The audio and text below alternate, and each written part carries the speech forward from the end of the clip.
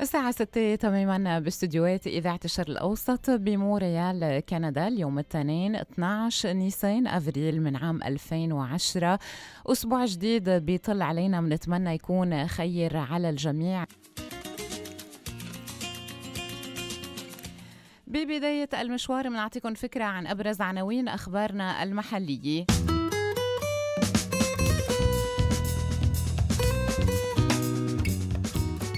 في علاقة غرام هي بيني وبين الإذاعة، بيني وبين الكوميونيكيشن. علاقتي مع الإذاعة بلشت بعمر 15 سنة. كنت تلميذ بالإلكترونيكس وحبيت أعمل شيء هيك لأتصل بالعالم الخارجي، فعملت جهاز إرسال صغير مثل ميكرو اف ام، وبلشت زيع عليه موسيقى وسمع بنات الجيران والجيران والأهل والأصدقاء بالمحيط.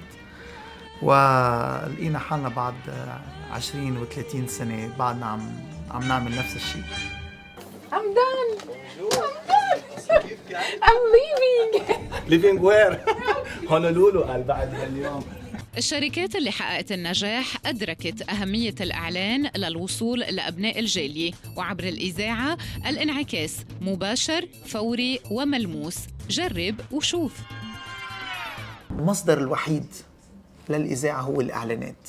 نتكلم عن جالية تعد أكثر من 400 ألف مواطن، عم نحكي عن 400 ألف مستهلك. بلشت المؤسسات الكندية تتوجه عبرنا لحتى تطال المستهلكين من أبناء الجالية حتى يروحوا يستهلكوا المنتوجات عندهم. Comment ça va? Ça va bien, mon ami? En forme? Ah, la vie est belle. Bon, content de te voir. Moi aussi. Qu'est-ce qu'on va faire? On va renouveler la même base des publicités, des remotes? Oui, absolument. Dans les deux cas, là, ça serait vraiment peut-être important, surtout au niveau du remote. Là. J'ai mis le poste de radio, mais malheureusement, comme tu sais que moi, l'arabe, je comprends mal. La clientèle à 98%, elle est ethnique dans mon marché. Sur ce 98%, j'ai à peu près 45% de ma clientèle qui est du Moyen-Orient. Donc, qu'est-ce que je fais? Est-ce que je prends mon argent et je l'investis dans une radio connue à travers le Québec qui n'est pas nécessairement ma clientèle? Est-ce que je vais avoir le retour? Donc, en bout de ligne, c'est important de prendre conscience de son environnement pour avoir du succès. رح توصل لدرجة الحرارة اليوم ل 11 درجة مئوية، والشمس رح تضل مستمرة معنا حتى بالليل. رح يكون في شمس اليوم. شمسة.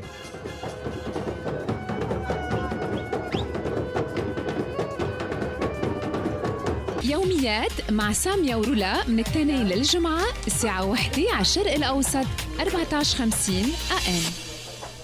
هيك منيح ولا الشعر مزبوط؟ كتير منيح. يعني منشوف المواضيع اللي بتهم كل أبناء الجالية، لأنه بالنتيجة نحن عم نعيش الحالة اللي هن عم بيعيشوها، مثلنا مثلهم، تركنا بلادنا وهجرنا.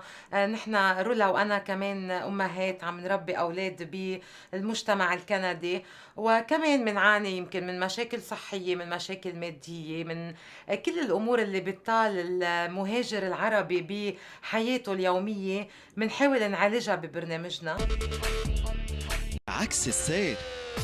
بعكس السير، أخبار فنية، أحلى المنوعات، ألعاب وجوائز كل يوم من الاثنين للجمعة الساعة 3:30 مع جورج على الشرق الأوسط 14:50 AM. كريستين، أهلا وسهلا فيكي باستديوهات إذاعة الشرق الأوسط. كيف الفنان العربي له مكان وله مطرح هون بسوق الأغنية بكبك؟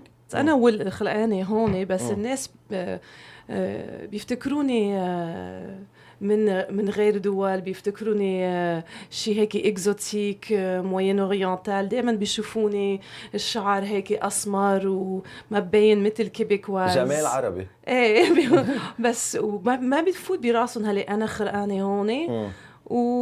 والناس من لبنان ومن الدول العربية بيقولوا لي بس انت كندية طبيعي.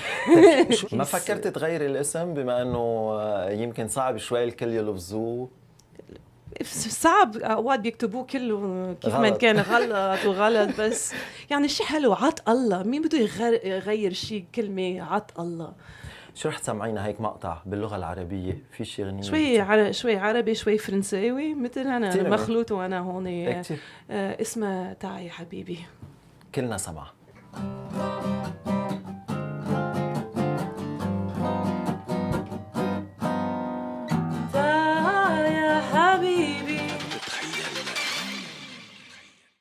بعد لحظات ستستمعون إلى برنامج مصر في أسبوع يقدمه لكم تلفزيون وإذاعة مصر والعالم العربي في كندا. إذاعة الشرق الأوسط يهمها إعلامكم أنها غير مسؤولة عن محتوى البرنامج التالي وكل ما يرد فيه من أقوال وآراء ومواقف وتعليقات وما إليه، فاقتضى التنويه.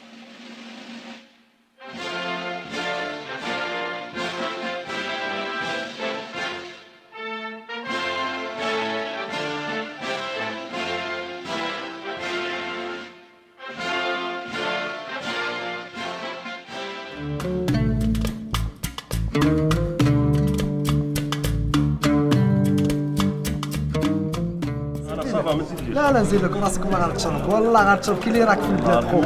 شوف هذا في الصحراء الباك كيديروا على حساب الميت راه.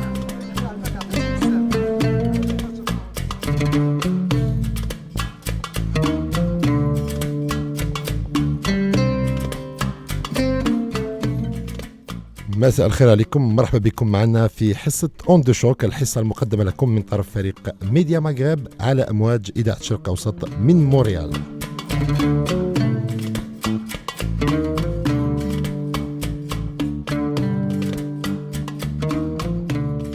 Mon nom c'est Lamine Foura, j'anime l'émission Onde de Choc, qui est une émission de débat, c'est une émission à ligne ouverte et je pose des questions qui concernent la communauté maghrébine arabe en général, au niveau de l'emploi, au niveau de la culture, au niveau du côté politique, au niveau des défis d'intégration, des sujets tabous. Ça s'appelle Onde de Choc parce que je cherche aussi à faire parler la communauté pour qu'elle s'exprime sur ses problèmes et comment elle voit sa présence au Québec dans une terre occidentale. كانش واحد يكون عنده حلم يجي لهنا، داك الحلم يولي وجه واحد اخر يعني.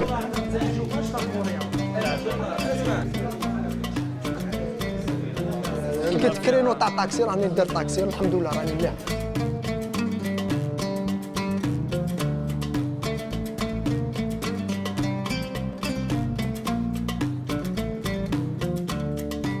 في الاستماع إلى حصة اون دو شوك. موضوعنا اليوم يتعلق بالعودة إلى الدراسة للتحصل على شهادة كندية نظرا للعراقيل اللي واجهها المهاجر اللي عنده شهادة غير كندية. المشاركة معنا 514-745-6789.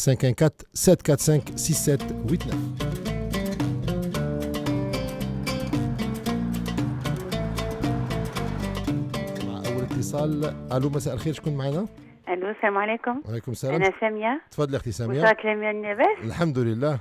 ما معاودنا عاونا عامين، عاونا الدبلوم تاعنا ناقص على واش كان عندنا اولا، وتضيع الوقت باسكو على بور لا ريتريت تضيع 3 سنين 4 سنين، وتزيد كي تكمل تخرج افيك ان امبران.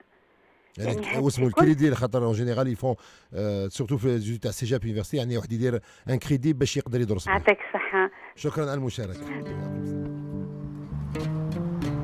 Actuellement, je dirais qu'une grande partie des Québécois et Canadiens d'origine arabe nous écoutent par exemple parce qu'ils ne se retrouvent pas dans le discours des médias conventionnels qui eux développent un discours biaisé un petit peu, qui n'est pas objectif par rapport à notre culture d'origine et aussi par rapport aux événements qui se passent dans nos pays d'origine.